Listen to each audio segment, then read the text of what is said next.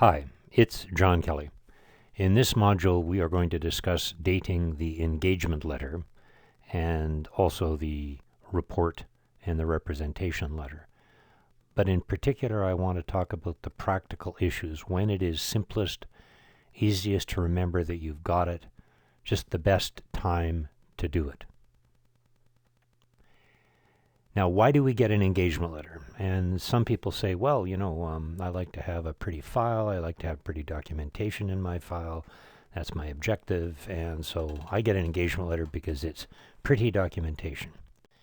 And I think that's a lousy reason to get an engagement letter. You need to know the right reason to get an engagement letter. Second reason I hear my colleagues quoting is they say, well, it keeps the practice inspector happy. They like to see I have an engagement letter, so I have one in the file. And that's also a lousy reason. Keeping the practice inspector happy is not our objective. Doing a good job for our clients is our objective. Complying with standards is our objective. And knowing what we're doing is our objective. So the third reason I hear people quote is, well, it's required by standards, so I do it. And it is kind of required by standards. We're going to talk about the sort of the detailed technical requirements of the standards, but you don't have to get an engagement every year as required by standards. The best reason, I think, is it sets the terms of engagement with your client. It sets up the contractual relationship you have with your client, helps you avoid lawsuits. That's the best reason. And then, it's required by standards. And if you do it to set the terms of engagement with your client, the practice inspector will be happy. And it's pretty documentation too. But that fourth bullet point is the best reason to get it, not for any of those other sort of reasons of appearance. So what do standards say? And for all three types of engagements, audits, reviews, compilations, you get an engagement letter before the first engagement begins. And there are the three sections. And then each year you assess if another is needed. And again, there are the three sections that require that in each of the three types of engagement. Now you have two choices. You can do an assessment process each year, which is what the standard says. Get it before the first one and then decide every year whether you need another one. Or you can just say, it's simplest just to get a new letter each year. And some of the things in the assessment process are subtle and I might miss them. So just simpler, less time consuming. I'm going to do that. So you have to decide. Now here's the list. It's effectively the same list in all three. They've made subtle sort of editorial changes to deal with differences between audits and compilations, for instance, but it's effectively the same list. Anytime I see a list like this in standards, I start to go, well, how do I turn it into a checklist so I can do it? And would my checklist be meaningful? And so the first one, indication that management misunderstands the terms of the engagement. Guess we could have a yes-no question to that, though I don't know how much work you'd have to do to get an answer to that. Do you have to go and talk to management? How far down in management do you need to go? But I suppose we could have a yes-no question, and we might need a further list of steps we might take. Go and talk to the president and the chief executive officer and the chief information officer and the controller and have a discussion to find out whether they understand the terms of the engagement. That could take a lot of time. But I suppose you could come up with a yes or no answer to that. Are there any revised or special terms of the engagement? Again, I guess that could be a yes or no question. But how significant do those revised or special changes have to be? And as we get to the second question, does a yes or no answer, like how many sort of negative answers, yes, or no, management doesn't understand the terms, does that mean we need a new letter? If all the other questions are okay? Don't know the answer to that. A recent change in management or those charged with governance. Now, this one's more difficult. How many changes? The president, the chief executive officer, the controller, the chief financial officer, who and how many of those people have to change. Same with those charged with governance. How many board members have to change? If it's a public company, board members change all the time. Perhaps only one or two, but they change all the time. Significant change in the ownership of the entity. Again, difference between public and private, because public companies' ownership is changing all the time. What's significant, though? 5%, 10%, 50%? Don't know the answer to that question. Don't know how I would evaluate that. Significant change in the nature or size of the entity's business. Same thing. Change in the legal, regulatory, or contractual provisions affecting the entity. Again, I don't know how you'd figure that out, and that could take a day or two. Change in reporting requirements or reporting framework. For audits, expected change in the use of compiled financial information. Seeing I don't want anyone using compiled financial information and relying on information upon which I've given no assurance, and assuming that I have a given assurance.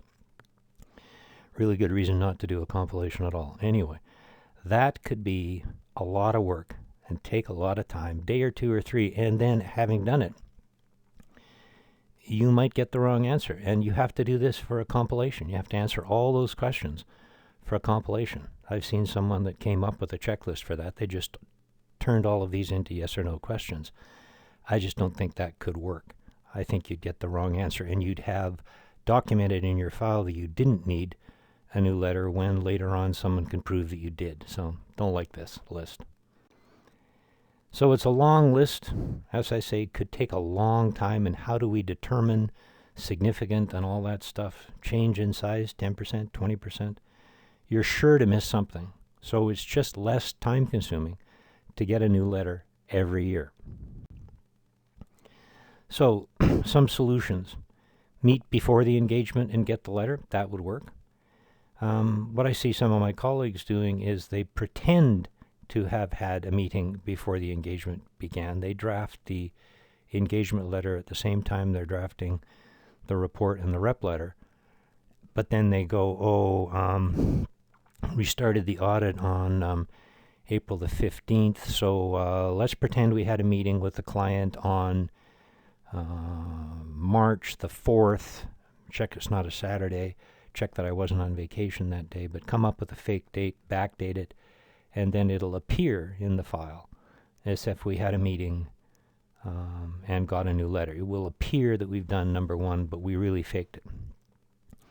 And the third choice is date the same as the report date and the rep letter date, and that's simple and easy, and you can remember.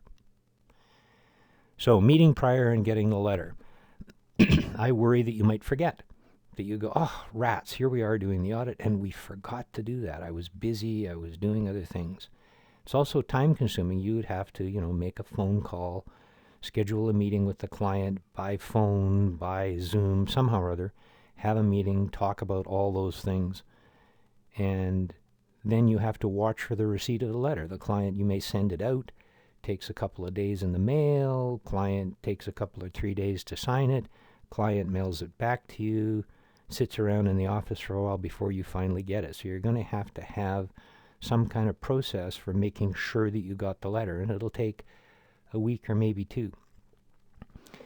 Now, this may, for a large public company, you may well decide, look, we're meeting with the audit committee immediately before the report is issued, and maybe the last thing we do with the audit committee is the next thing or the first thing we do for next year, which is confirm the terms of our engagement for next year. So you might say, okay, our meeting to get a new letter for a public company is going to be the last thing we do as we meet with the audit committee, and we're going to say, here's our engagement letter for next year, please sign it and return it to us. And we'll watch for that, or they might even sign it on the spot if the audit committee chair is used to that being an agenda item, and you've given them a draft copy of the letter ahead of time. That then becomes exactly like number 3. We'll get to that in a sec. Fake date. So at the time you're doing the audit or review or compilation, you go, rats, we forgot to get the letter. Let's backdate it to 2 months ago. The problem with that is, like, later the client, if they're trying to get out of it, if you're trying to argue that they knew that you weren't reliable for something, They may say, well, the date on the letter is fake. I was actually on vacation that day, so I couldn't possibly have signed it then. Also, if the practice inspector finds out that you're fake and stuff, don't like that at all. So I don't like the backdating and pretending. I just don't like that.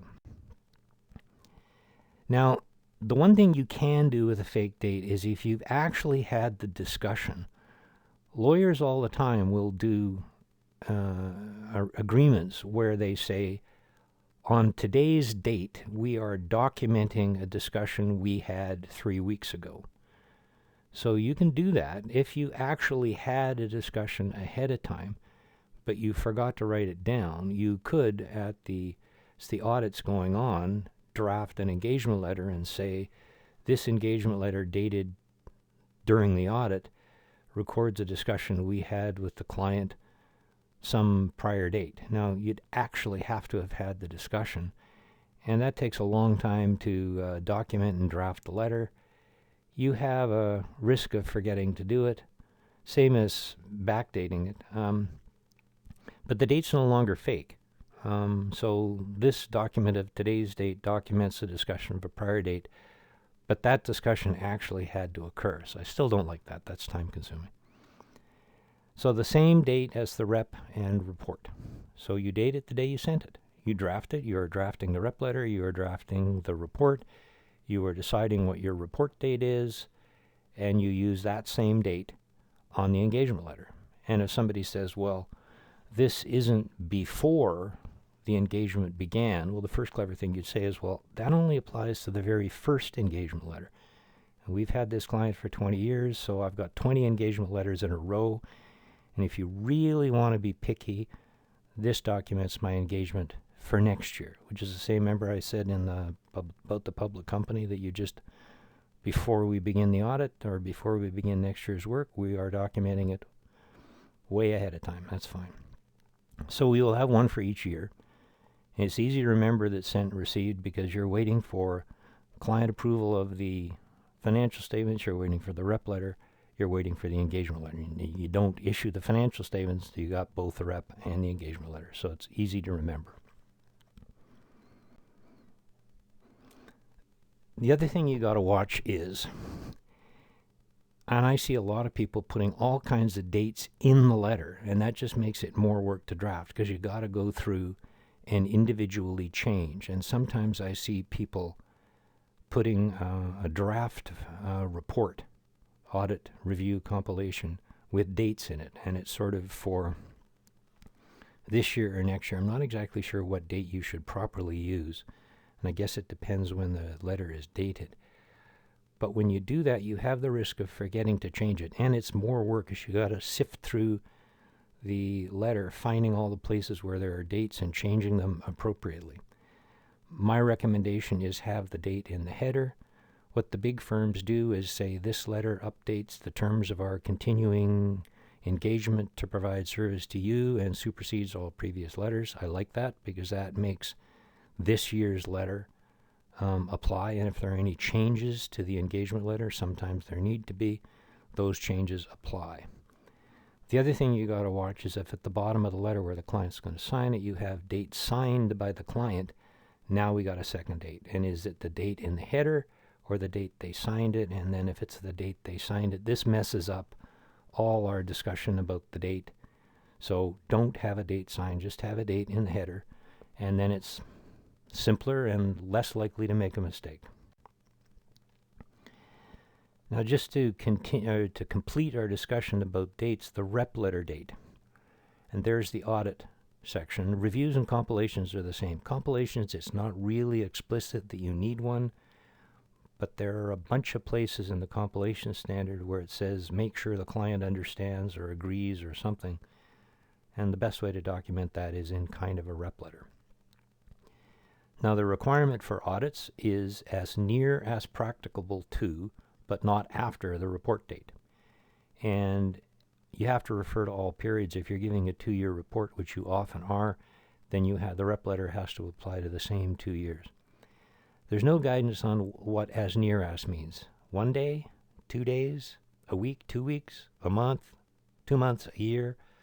I mean, some of those are clearly wrong, but Is 1 day okay? Is 3 days okay? Is 4 days too much? Don't know.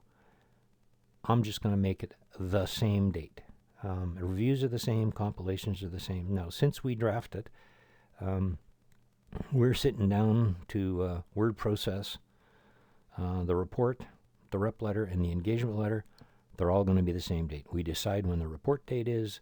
We draft the rep letter at the same date as the report date. We draft the engagement letter the same date as the report date, as we just discussed.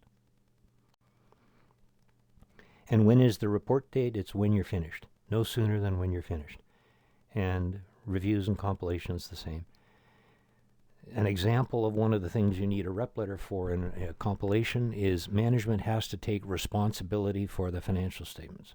So somehow or other you have to document that management has taken responsibility.